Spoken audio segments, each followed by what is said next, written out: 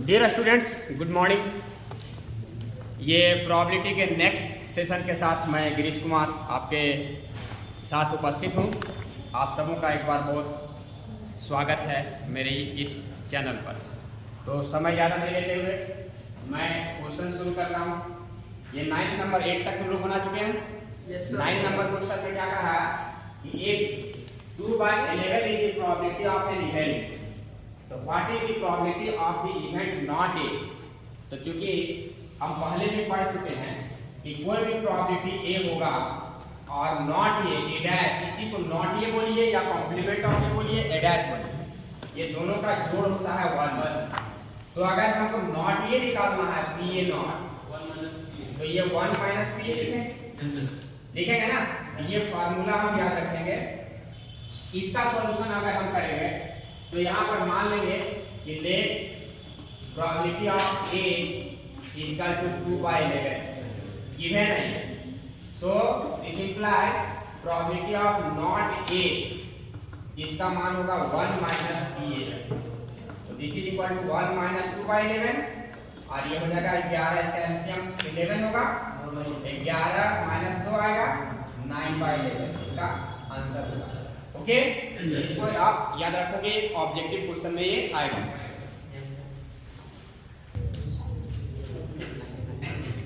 दोस्तों ये question number 10 में क्या करा है, बहुत ही सिंपल क्वेश्चन है कि a letter is chosen at random from the word. देखिए यहाँ पर जैसे जैसे वर्ड लिखा हुआ A S S A S S I L A T I O L, find the probability that letter is a vowel. और दूसरा question कर रहा है कॉन्सोनेंट। तो चूंकि हम लोग वोवेल जानते हैं कि अल्फाबेट्स में कितने वोवेल होते हैं, 5 होते हैं, ए ई आई ओ यू। तो देखिए यहाँ पर इस वर्ड में टोटल नंबर ऑफ लेटर्स 13 है और वोवेल्स कितने हैं, ए आई है ना, ओ। इसका मतलब 6 हमारे वोवेल्स हैं और कॉन्सोनेंट्स कितने हैं, S S S S N D N. यहां हमने लिख रखा इसकी संख्या कितनी है, 7। तो हमको अगर पहला नंबर क्वेश्चन अगर बनाना है कि probability that letter is vowel, probability that letter is vowel, तो वोवेल का probability number of favourable conditions. तो वोवेल्स हमारे पास कितने हैं, 6। तो 6 और टोटल कितना है, 13। तो इसकी प्रोबेबिलिटी ऑफ वोवेल्स आने की संभावना जो है तो 6/13 हो गया। सेकंड क्वेश्चन का रहा है प्रोबेबिलिटी ऑफ अ कांस्टेंट। अगर हम कांस्टेंट की प्रोबेबिलिटी देखिए, नंबर ऑफ फेवरेबल मतलब ne/ns, तो यहाँ पर e की जगह c लिखे हैं। यहाँ पर कॉन्सोनेंट्स को बता रहा कि इसकी संख्या कितनी है, 7 और टोटल कितना है, 13। तो देखिए ये बहुत ही सिंपल क्वेश्चन था, इसका आंसर कितना हो गया, 7/13। ओके दोस्तों, देखिए ये बहुत ही इंपॉर्टेंट क्वेश्चन है। ये 11 नंबर करा इन अ लॉटरी। हम लोग लॉटरी खेलने का नियम तरीका जानते हैं। इसमें पहले हम क्या करते हैं कि कोई भी चीज जैसे जो टिकट खरीदते हैं हम लोग, तो उसमें कोई नंबर फिक्स रहता है ना। तो अगर वो नंबर फिक्स है तो वही नंबर अगर कमेटी के द्वारा जो फिक्स किया गया है, वही नंबर अगर मेरे टिकट से मैच कर जाता है तो हम लॉटरी क्या करते हैं, जीत जाते हैं, अदरवाइज नहीं जीत पाते।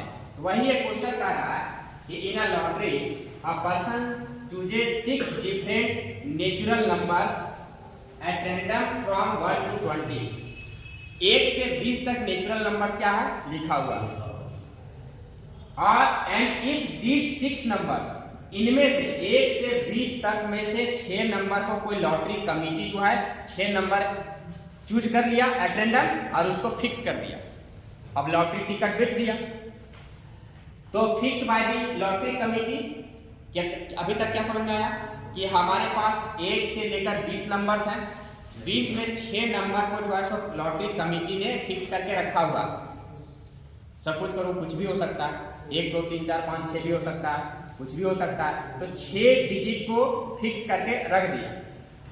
अब कह रहा है he wins the prize, prize को वो जीतेगा। कब, तो what is the probability of winning the prize in the game? किसका प्रोबेबिलिटी हमको निकालना है? विन का, मतलब जीतने की। तो सोचिए क्या करना होगा। सबसे पहले हम क्या करेंगे कि 1 से 20 तक जो नंबर्स हैं, तो कमिटी के द्वारा 1 से 20 तक में किसी को भी 6 नंबर को सिलेक्ट करके अपना फिक्स करके रखा हुआ। मेरे लॉटरी टिकट में से बहुत सारा टिकट बनेगा, हम खरीदेंगे या और अदर पर्सन खरीदेगा, तो उसमें से जो मेरे टिकट में नंबर होगा वो 6 डिजिट्स मैच करना चाहिए। तो पहले हम 1 से 20 तक जो नंबर्स दिया गया है उसको कितने तरीके से हम उसको सिलेक्ट कर सकते हैं। तो यहाँ क्या बात बन रही है? कॉम्बिनेशन, जो हम पढ़े कि पहले कमिटी के पास ये ऑप्शन होगा कि 20 में से 6 को कोई भी नंबर को क्या करेगा, वो सिलेक्ट कर लेगा। सो यहां पहले होगा कि the number of 6 digit numbers be chosen, the number of 6 digit numbers be chosen from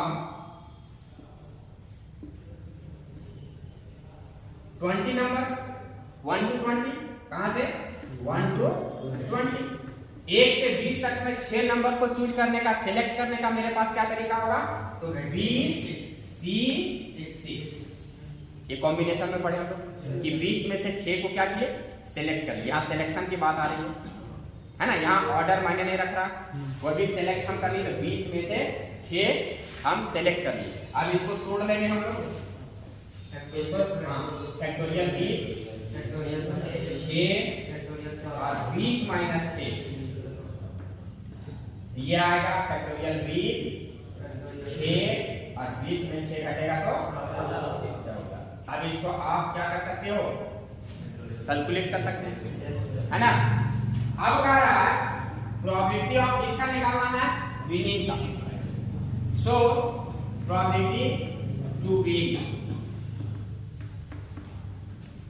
तो क्या होगा, मेरे पास जो टिकट है, एक टिकट, तो एक ही नंबर मेरे पास है, एक नंबर इतना में से किसी में से एक जो सिलेक्ट किया हुआ है उसमें से मैच करना चाहिए टोटल।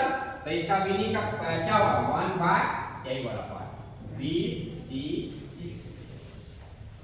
बस में आ रही है? तो 1 बटा इतना ही लिख दो, या फिर 1 बटा इसका जो यहाँ सिंप्लीफिकेशन ये वाला आएगा, इसको यहाँ लिख देना। एग्जाम में जैसा भी करना है, अगर इतना ही लिख दोगे तो भी ठीक है, और नहीं तो इसका कैलकुलेशन अगर थोड़ा सा मार्किंग ज्यादा है, 3 नंबर का है, तो इसको कैलकुलेट करके हम क्या करेंगे, निकाल देंगे। लेकिन इतना भी लिखने से कोई हर्जा नहीं है। इस पोजीशन को यहाँ से जो कैलकुलेट करके आएगा उसको यहाँ कर क्या करेंगे, ये निकल जाएगा ना। बता दे क्या इसको निकालेंगे, 38 जो भी होगा, जितना भी आएगा, है ना। कितना आया है? 38। हाँ, इसको निकालने का तरीका, इसको कुछ नहीं है, फैक्टोरियल 20 है, इसको हम तोड़ के लिखे जाएंगे 19 18 17 16 15। देखिए 14 है ना, ये 14 में फैक्टोरियल ऊपर लगा, ये फैक्टोरियल नीचे भी है, और यहाँ 6 है, ये वाला ये कट जाएगा, और 6 फैक्टोरियल को फिर हम लिखेंगे 6 गुने 5 गुने 4 गुने 3 गुने 2 गुने 1 नहीं लिखेंगे तो भी चलेगा। अब इसको हम काट सकते हैं, देखिए 6 की 18, ये 18 कट गया ना। हाँ, 4 बचे 20, ये 20 कट गया।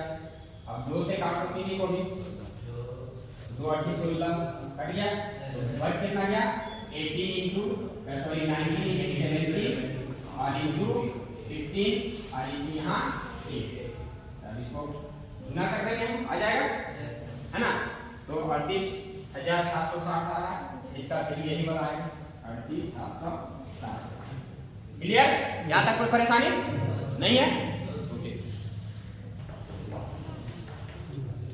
दोस्तों, देखिए ये 12 नंबर क्वेश्चन कह रहा है कि check whether the following probability A and B are consistently defined, है ना। ये डिफाइंड है या नहीं? प्रोबेबिलिटी ऑफ A का मान 0.5 दिया हुआ है, प्रोबेबिलिटी ऑफ B का मान 0.7 दिया हुआ है, और probability of A intersection B का मान 0.6 दिया हुआ है। इसको ऐसे ही कॉमन सेंस से सोचना है। अगर हम वेन डायग्राम बताए होंगे तो ये दिमाग में आ रहा होगा कि ये यूनिवर्सल सेट है, उसमें से सबसेट है ए और बी। इसको हम ऐसे लिखेंगे, इंटरसेक्शन ए बी का क्या आता है, ये छोटा वाला पार्ट इंटरसेक्शन पार्ट है जो दोनों में कॉमन। तो तुम सोच सकते हो कि ये जो पार्ट है ए से बड़ा होगा क्या? No sir. बी से बड़ा होगा क्या? No sir. कभी नहीं हो सकता।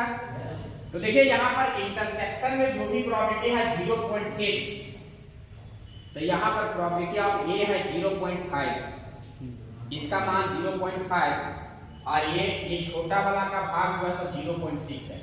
तो चूंकि ये क्या होना चाहिए था, यहाँ बड़ा होना चाहिए, इंटरसेक्शन पार्ट से बड़ा होना चाहिए। तो यहाँ चूंकि लिखना है कि ए इंटरसेक्शन बी जो होता है ये सबसेट होता है इसका ए का। क्लियर? बस बारी नहीं, या बराबर भी हो सकता है। हियर प्रोबेबिलिटी ऑफ ए जो है लेस देन है probability of A intersection B से। So therefore it is not consistently defined. यहां लिख देंगे therefore it is not consistently defined। यहां तक बात क्लियर? अब ये इसका कहानी इतना लिखना।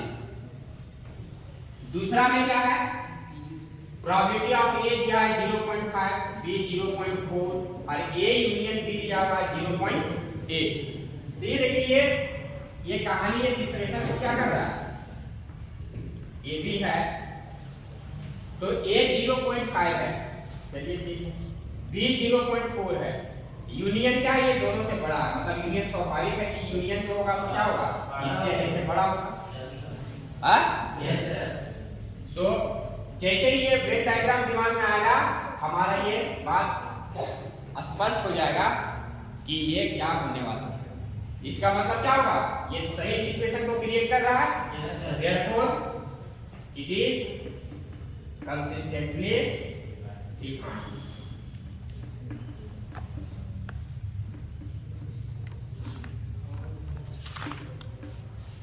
यहां तक बात सुना रही है? और कोई परेशानी? तो इस टाइप से हम एक एक क्वेश्चंस करके एक एक चैप्टर करके हम बढ़ते जा रहे हैं।